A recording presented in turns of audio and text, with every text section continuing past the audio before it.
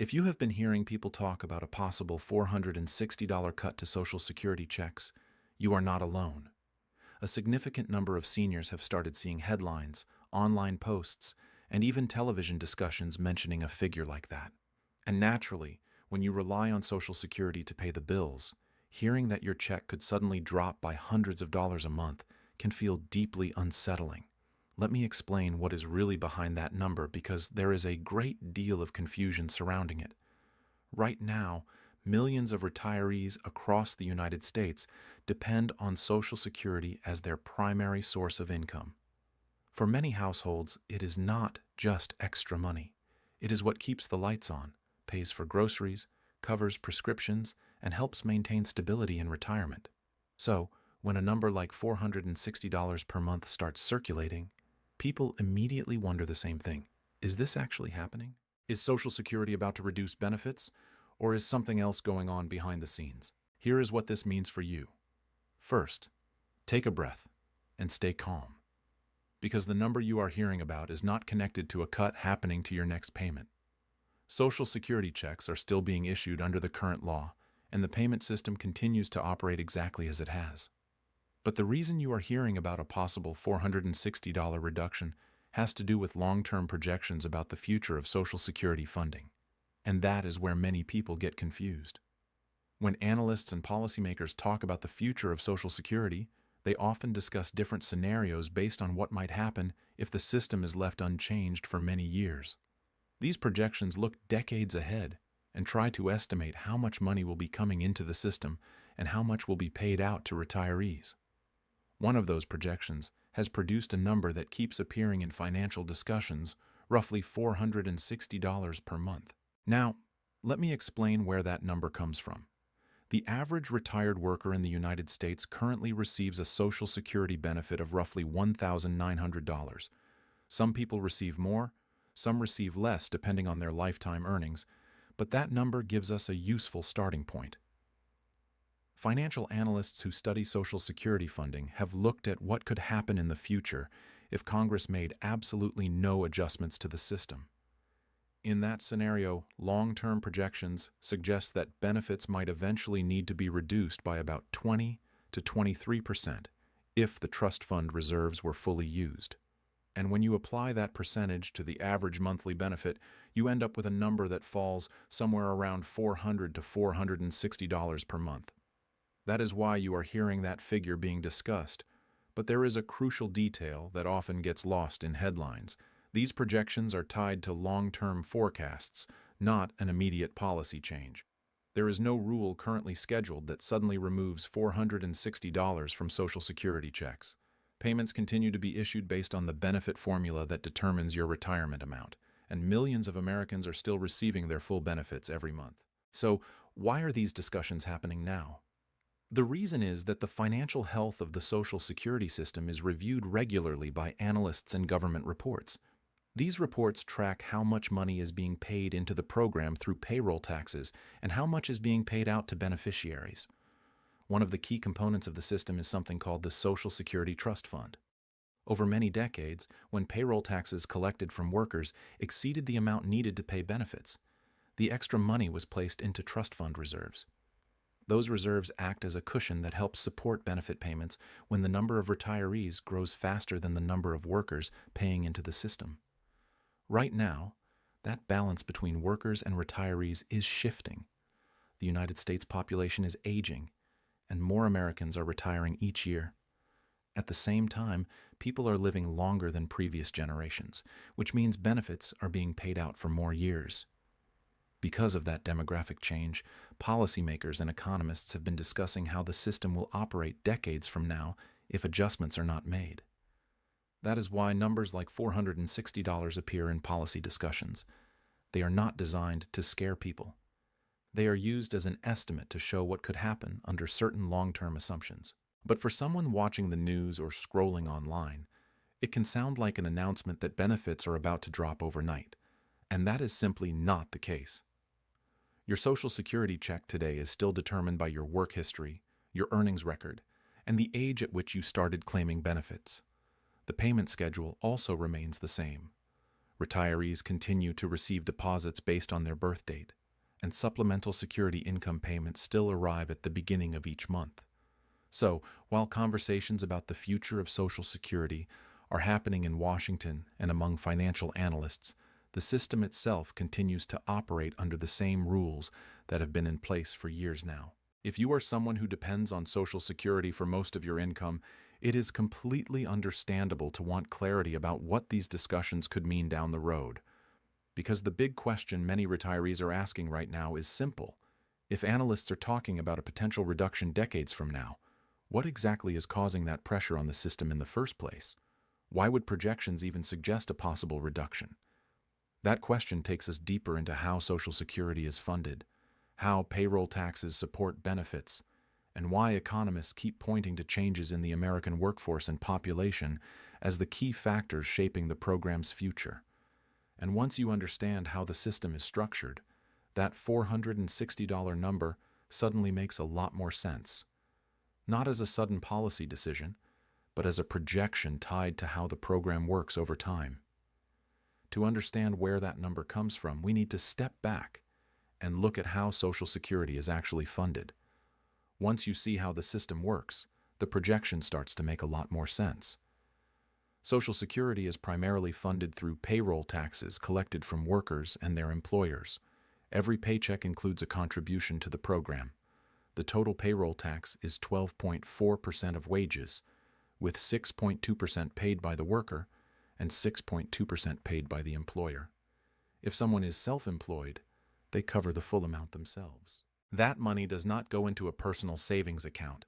Instead, it goes directly into the Social Security system to help pay benefits for current retirees, disabled workers, and surviving family members.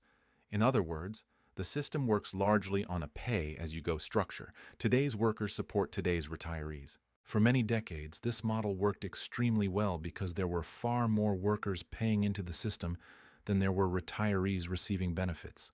Back in the 1960s, there were about 5 workers supporting every Social Security beneficiary. That meant payroll taxes flowing into the system easily covered benefit payments. But over time, the population has changed.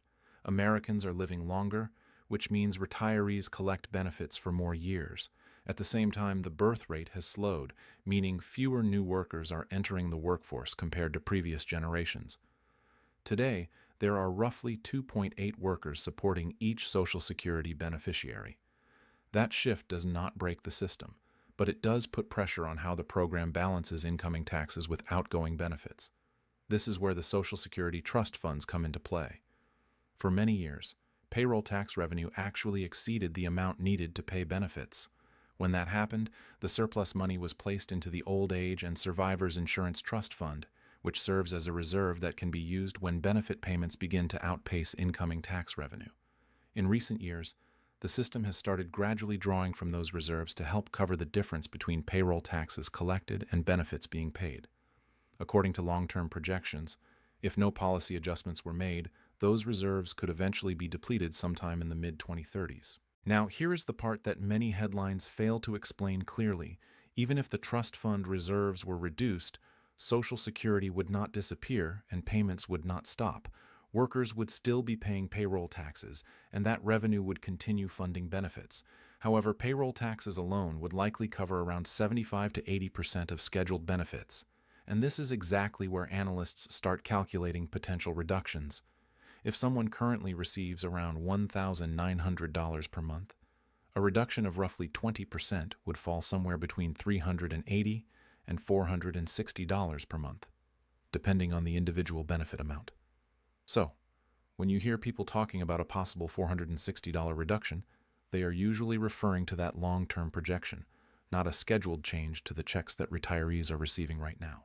Understanding this difference is important because it separates today's payments from future projections. But once you know where that number comes from, the next question naturally follows. If experts already see this issue coming years in advance, what exactly are lawmakers discussing to make sure benefits remain protected? Social Security is not a small program that can quietly change without attention. It affects more than 70 million Americans, including retirees, disabled workers, and surviving spouses. Because of that, Any discussion about the future of Social Security quickly becomes one of the most important policy debates in Washington. And right now, there are several different ideas being discussed about how to strengthen the program for the long term. Some proposals focus on bringing more money into the system. Others focus on adjusting how benefits are calculated in the future. One of the most widely discussed ideas is increasing the payroll tax cap.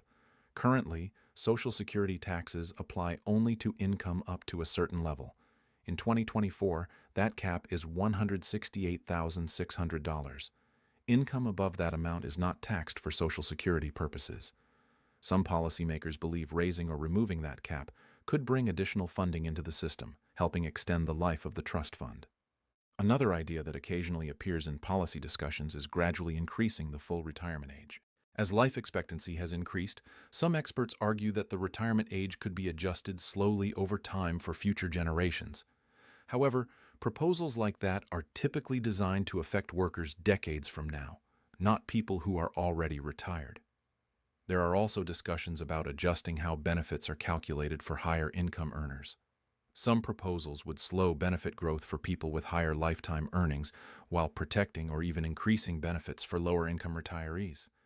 And then there are proposals on the other side of the debate that focus on expanding Social Security benefits, particularly for seniors who rely on it as their primary income. These proposals often suggest increasing funding through higher payroll contributions from top earners in order to support larger benefits. The important thing to understand is that no single plan has been passed yet. These discussions represent different ideas about how the program could be strengthened over time. This is where many people get confused. They hear projections about the future and assume those changes are already locked in.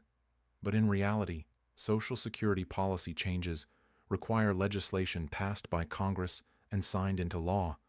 And historically, lawmakers have stepped in before any major reduction in benefits actually occurs. A good example happened in the early 1980s when Social Security faced similar funding concerns.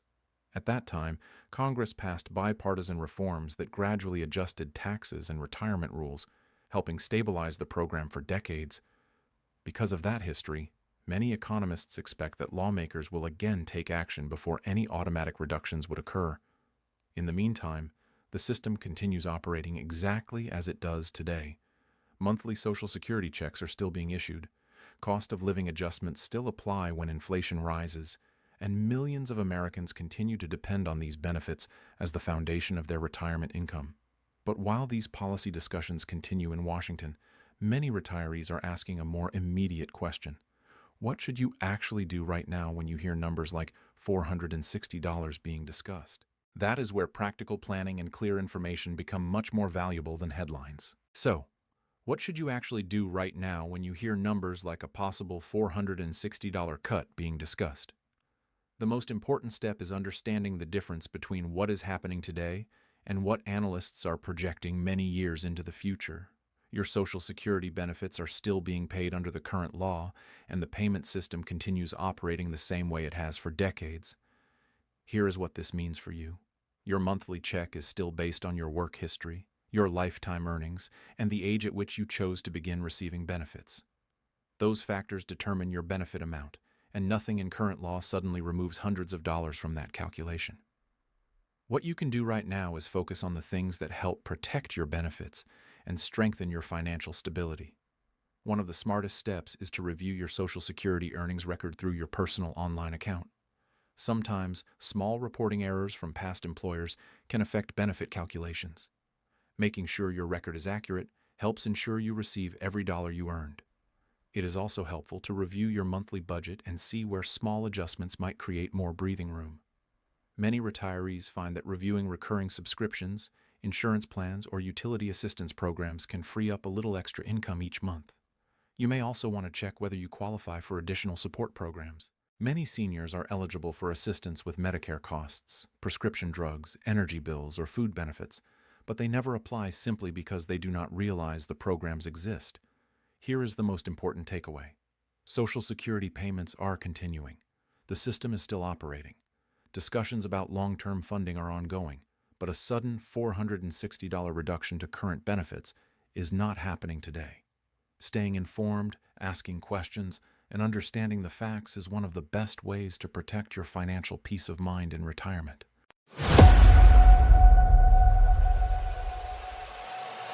Yeah, grind mode on, can't kill my drive. Turn the pressure up, I come alive.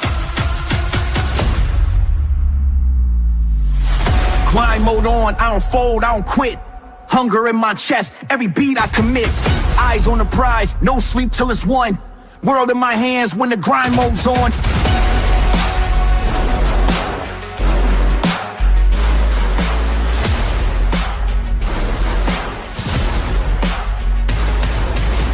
Wake up with a vision, I'm locked on the target. Turn pain into fuel, I'm a flame, I spark it. No shortcuts here, I embrace every test.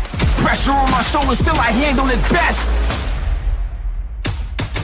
I was made for the climb, every loss, every scar. Built me in the steel, now I shine like a star. If the road gets rough, I just double my speed. Ambition on 10, I was born to lead. Grind mode on, I don't fold, I don't quit. Hunger in my chest, every beat I commit. Eyes on the prize, no sleep till it's won. World in my hands when the grind mode's on.